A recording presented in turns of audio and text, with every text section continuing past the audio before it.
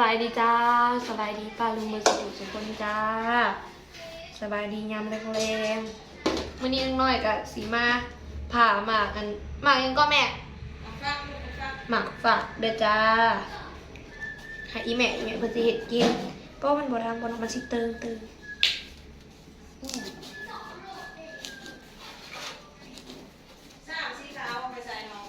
โม่ได้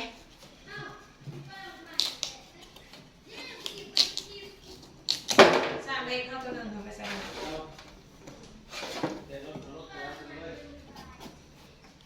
บอกคุณครับกดปัดหัวก็เครื่องหนึ่งเอาหรอแข็งกระดอกเอาบริเวณตัวแหน่เลยเปลี่ยนฐานะ เอา ก่อน เป็นดีก่อนพี่น้องสบายดีพี่น้องพอจะซื้อพ้นยีพ้นผ่ามากเวทนี้ไว้กับพ้นเวทครูอันเลยสแกงโบราณแกงโบราณ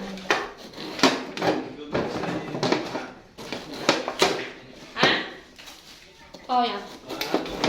มาใช้รถไฟนี่คือขาดเลย เสือคืออะไร ชิมทำไมล่ะ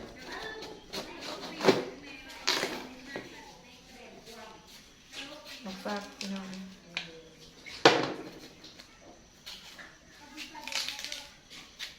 โมแก่เป็นไหน อ่อนเนาะ ฉันก็จะรถจักรยานฉันชิมวะ อยู่ใส่ ฮะ บ่เห็นบ่ก่อนหอยนะทำครีมเด้ครีมลงเลย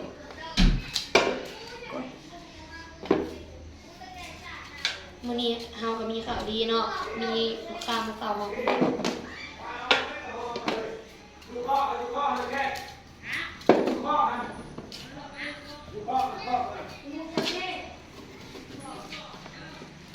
มีคอ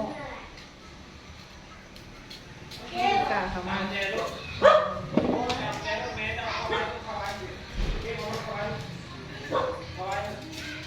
ขับมือตื่นตาแล้วนาทีไพ่นาทีมันไปเฮ็ดโลดลูกเอ้ยยังไงบอก เป็นยังนะ บอกฝากก็เอ้า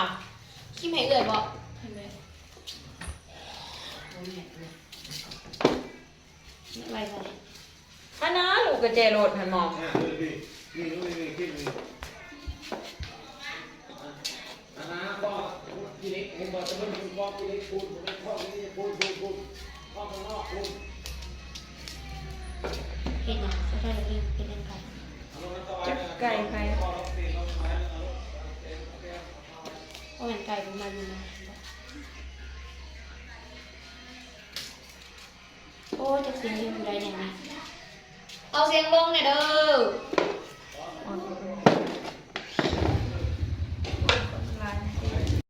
ทางอีเมลพี่กาอันฝากผ่านมาฝาก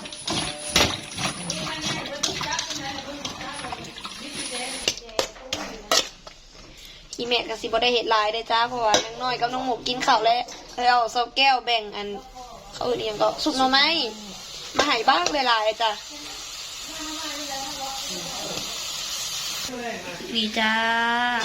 ซอกแก้วเพิ่นอันนั้นแบ่งมาให้ น้ำไม่ลูกเขาคั่วพี่น้องเลยวันนี้พอว่าพอเป็นแม่ใส่อันเบียเพิ่นเบิดมือเลยมื้อนี้บ่ได้พักได้ผ่อนเลย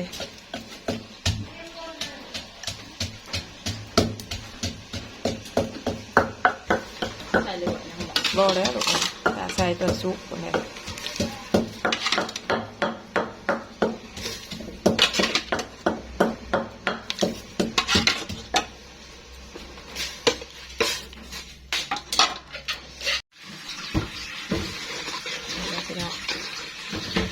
แกงมะฟักมาอีกเมนูหนึ่งตำมะฮงสีมือน้องคิมสีมือไอคิมเพื่อนพี่น้องเลยพักอีตูลงเลยพี่น้องเลย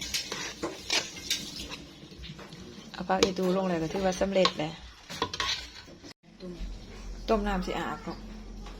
ซุกเลยพี่น้องเอ้ยนี่ ของกินของเฮามื้อนี้มีซุปหน่อไม้มีแกงหมักฝักมีตำหมักหงมากินข้าวแรงน้ำกันพี่น้องเอ้ย ค่ะปลาลูสวัสดีจ้าปลาลู สบายดีนี่น้องลูกป้าอ่ะ แต่มันเผ็ดแต่ คนหอมหนึ่งเด้อหอมเด้อ ไปหามาให้แน่ หาหยัง ยางมาทั่วอีกแล้ว แต่ว่าบริตันเลย นี่อยู่ ยางทั่วบ่อยบ่ได้ตั้มง่ายๆอยู่ในตู้ฮะลูกโอ้ยเทวดาเอ้ยลูกเทวดา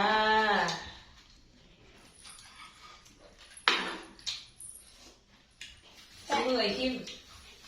อืม นี่ชื่อมื ผ อ มต่อยต่อยต่อยนึกจะดูสเปรย์หนึ่ง สีมือคุณลุงสีมือคุณลุงแม่ทิมแม่ตกใจแม่ตกใจคือไอ้คิมจะว่าเห็นนี่คือว่าเวลานอนเห็นตกใจเลย นี่ซื้อสเปรย์ครับ คือเนาะแกงซื่อบอลูกปลาสันบอ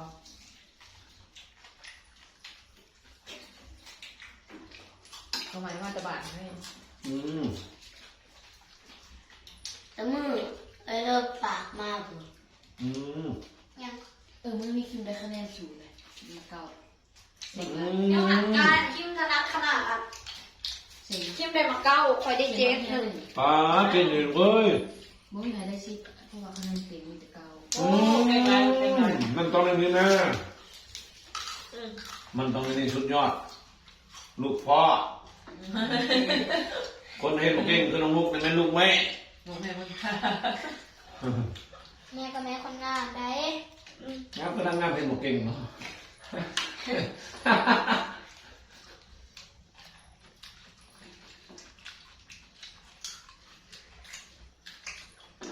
ตีลังกา ตีลังกา ตีลังกาโมเมนตีแบบเฮาอันนั้นตีใส่สนะมันอันนั้นเด้เอาคอลงก่อนแล้วก็ม้วนสองข้างโห นั่นที่ได้มาเก่านะทางรักของเจ้าที่สรุปเรา ค่อยนะเห็ดบ่ได้ค่อยเห็ดบักเลยหอมนึงยังได้หมักเจ็ด เอาอันเอลตั้งขึ้นนั่นก็ได้มาเก่า นั่นก็เอาตั้งก็ได้หมักซีบนะก็ได้หมักซีบตัวนั้นว่า หอนเด็ก แล้วกินน้องกายยืนได้ เลิกเลยท่านเท่แล้ว ได้ได้ได้ คะแนนลูกแสดงว่ามีลายวิชาในเพศสิจะได้ที่ผ่าน สิ่งที่ชาเดี๋ยวนี้ ครับขึ้นต่ำมาหุ่งจับแล้วผมแล้วผมโอ้ยอดครับลูกข้าวหลังกินไปเลยมึง ตอนเที่ยงข้างนี้ ตอนเล่นกับข้าวเล่นแซ่บเล่นเลย เราหมักกินหมักเลย สุกทำไมสเต็ปมันแซ่บเป็นแม่ต่อนะ นี่ลูกแซ่บ ดีเนาะ โบเก้ามันคันเก้าแล้วมันสิเก็บ ก็คันอยู่หลังตัวนี้ คันอยู่รังแล้วทำอยู่บนหนาว เรารามน้ำเนี่ย ตอนนัวขำเลยหนาวเด้เพิ่นว่าฮ้อนเด้ว่ะก็เปิดพัดลมให้เนาะพอแล้วเศร้าๆมาเพิ่นก็มาจมแล้วแน่นอนนึงกาผมว่าพัดลมให้อ้าวว่ะผ่าบางใหญ่อยู่ข้างเจ้าเด้ข่อยกระตุ้มแล้วแต่ยังหนาวเพิ่นว่า ยกซุปมาบอกหน่อยผมก็นอนนะ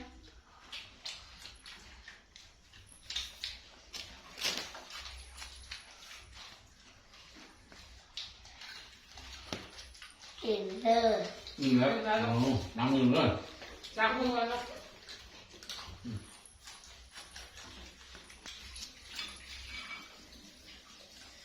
คลิปนี้ก็กินยาวกินเยอะเลยพี่น้องเสียเวลาปลาแล้วลงไปก่อนเจอกันคลิปหน้าบ๊ายบาย บายจ้าใจเนาะ